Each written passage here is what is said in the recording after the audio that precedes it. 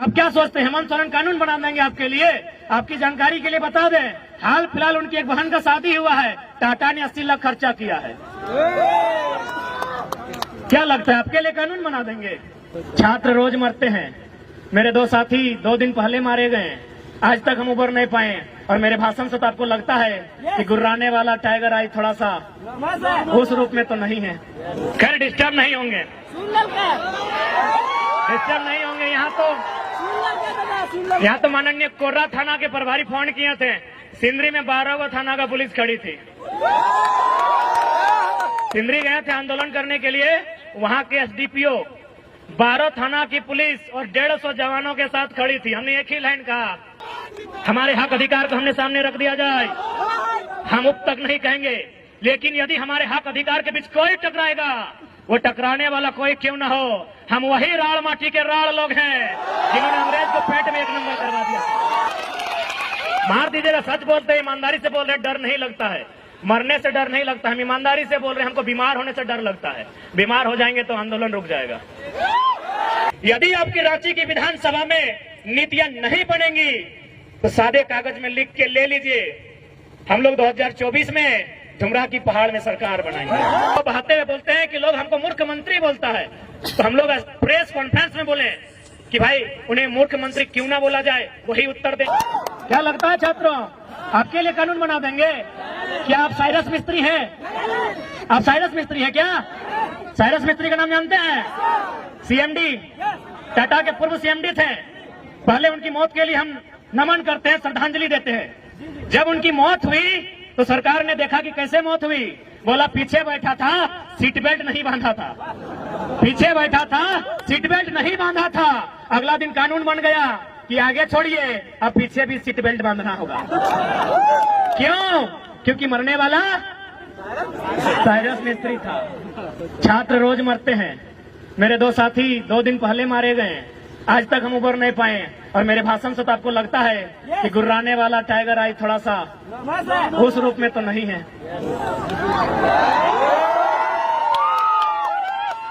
क्या कोई कानून बनेगा? उनकी घटना हुई है एनएच में, क्या एनएच कोई कानून बनाएगा?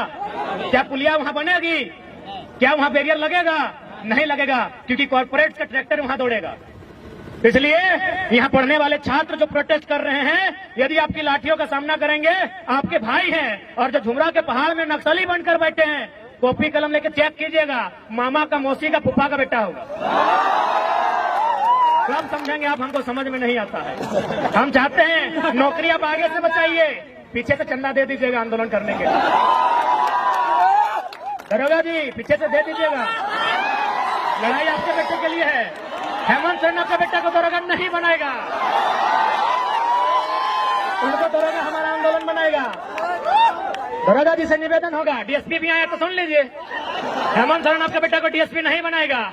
जेपीएससी देखिए ना, 7 को हुआ है 22 साल में, बिहार में 68 को हुआ है। इसलिए आंदोलन ही आपका डीएसपी का बेटा को डीएसपी और दरोगा का बेटा को दरोगा बनाएगा। इसलिए आगे से नौकरी बचाइए, पीछे से आंदोलन का सपोर्ट कीजिए। यदि ज्यादा दिक्कत होगा, यदि ज्यादा हाथ पांव बंधा होगा तो कमजोर लाठी चलाइएगा, ऐसा मत चलाइएगा। और ऐसा चलाइएगा तो घायल मत कीजिएगा, हमें घायल होने से डर लगता है, मार दीजिएगा, डर नहीं लगता है। मार दीजिएगा, सच बोलते हैं, ईमानदारी से बोल रहे हैं, डर नहीं लगता है, मरने से डर नहीं लगता। हम ईमानदारी से बोल रहे हैं, हमको बीमार होने से डर लगता है। बीमार हो जाएंगे तो आंदोलन रुक जाएगा, मर जाएंगे तो आंदोलन दुगना रफ्तार से चलेगा। क्योंकि भगत सिंह ने भी कहा था कि मुझे फांसी ना दी जाए, भगत सिंह ने भी कहा था मुझे फांसी ना दी जाए, बल्कि मुझे किसी चौराहे पे खड़ा कर दिया जाए और गोलियों से भून दिया जाए। क्यों कहा था ऐसा पता है?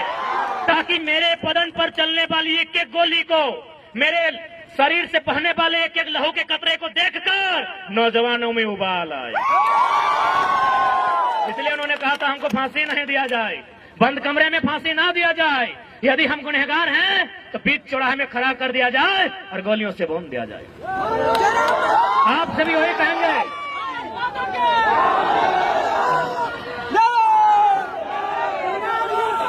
इसलिए आपसे भी निवेदन करेंगे, आप ड्यूटी कीजिए, आपकी ड्यूटी का सम्मान करते हैं, हम लोग आंदोलन करते हैं, हमारे आंदोलन का भी कोऑपरेट कीजिए। तो कुछ नहीं मिलेगा, पैसा बटुआ में नहीं रखे हैं भैया। जितने भी पुलिस के भैया लोग आए सब तो बड़े हैं दादा साहब, पैसा बटुआ में नहीं रखे हैं, पैसे SBI में रखे हैं। किससे होने वाला है पता है ना? तो वही तो लड़ाई लड़ रहे हैं, छात्रों के लिए लड़ाई लड़ रहे हैं, किसानों की बात कर रहे हैं, काहे डिस्टर्ब कर रहे हैं? खैर डिस्टर्ब नहीं होंगे, डिस्टर्ब नहीं होंगे। यहाँ तो माननीय कोर्रा थाना के प्रभारी फोन किए थे, सिंदरी में 12 थाना का पुलिस खड़ी थी। सिंदरी गए थे आंदोलन करने के लिए, वहां के SDPO 12 थाना की पुलिस और 150 जवानों के साथ खड़ी थी। हमने एक ही लाइन कहा कि DSP साहब सामने आइए, अरेस्ट कर लीजिए, लेकिन उससे पहले एक लाइन बता दीजिए, ये जो जमीन अब खड़ा है गांधी मैदान से दुगना जमीन था जहां सभा हो रही थी, बोले ये जमीन हमारे पुरखों की है और इस कंपनी ने 2 रुपया डिसमिल लिया है। क्या आपका बाप का जमीन लिया है? हमने एक लाइन कहा था माननीय DSP साहब को कि DSP साहब उतना मेहनत क्या करते हैं, अरेस्टिंग करना है एकदम आके अरेस्टिंग कीजिए, हम लोग भागेंगे नहीं, लेकिन एक लाइन में उत्तर दीजिए, जिस जमीन में आकर आप खड़े हैं ये हमारी पुरखों की है, इसे 2 रुपया डिसमिल लिया गया है। क्या आपके बाप दादा की जमीन इस तरह ली गई है? और उसके बाद भी आपको दिक्कत नहीं है तो आइए ना, हम तो शमशान घाट में 1 सप्ताह में एक बार मिल जाते हैं। लाइव नहीं देखें वीडियो क्या?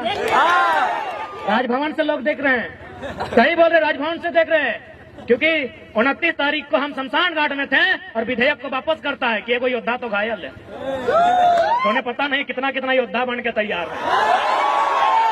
उन्हें यह भी नहीं पता कि घायल शेर की सांसें उसकी दहाड़ से भी खतरनाक होती है। इसीलिए हमें परेशान ना किया जाए, हमारे हक अधिकार को हमने सामने रख दिया जाए। हम उप तक नहीं कहेंगे, लेकिन यदि हमारे हक अधिकार के बीच कोई टकराएगा, वो टकराने वाला कोई क्यों न हो, हम वही राड़ माटी के राड़ लोग हैं जिन्होंने अंग्रेज को पेट में 1 नंबर करवा दिया था। इतिहास याद कीजिएगा, हुक्मरान में बैठे लोग 1757 में इंडियन भारत की सरजमी में बैटल ऑफ प्लासी हुई थी, बंगाल के क्षेत्र में अंग्रेजों के सामने उठा के पटक दिए गए भारत के लोग। ठीक 7 साल बाद 1764 में बैटल ऑफ बक्सर होता है इसी बिहार में, फिर भारत के लोग अंग्रेज के द्वारा पटक दिए जाते हैं, लेकिन जैसे ही वो मानभूमि में आते हैं चुहाड़ विद्रोह में उनको हम पैंट में 1 नंबर करा देते हैं। हम वही झारखंड के लोग हैं, हमारे अस्तित्व से नहीं टकराइएगा, हमें हमारा इतिहास मत याद दिलाइएगा।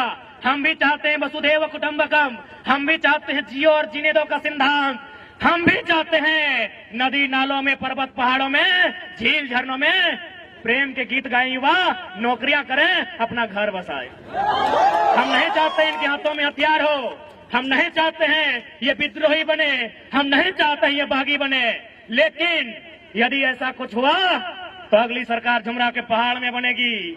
और बस इमेजिन कीजिए, बस कल्पना कीजिए कि यदि सरकार झुमरा के पहाड़ में बन गई तो रूह कांप उठेगी, रूह कांप उठेगी, सपने में यमराज आएंगे। पहले ही कहा देते हैं हमें परेशान ना कीजिए। हमने किसी का क्या बिगाड़ा है? हमने अपने जीवन का 5 साल, 10 साल, 15 साल इन लॉजों में दिया है। अरे भाइयों की तो छोड़िए, हमारी बहनें, हमारे गांव की लड़कियां, वे भी अपने भाइयों के कंधे से कंधा मिलाकर अपने गांव की पगडंडियों को छोड़कर आई है बाप का सहारा बनने के लिए। कितने शर्म की बात है, आपके पास एक पॉलिसी नहीं है। यही एक केरल राज्य है, अगर आप उस राज्य में चले जाएं, उस राज्य के आंकड़े को उठाएं तो आपको मिलेगा कि वहां की बहन यदि घर का त्याग करती है, वहां की बहन यदि घर छोड़कर बाहर जाती है, या तो मास्टर नहीं बनती है या तो डॉक्टर नहीं बनती है।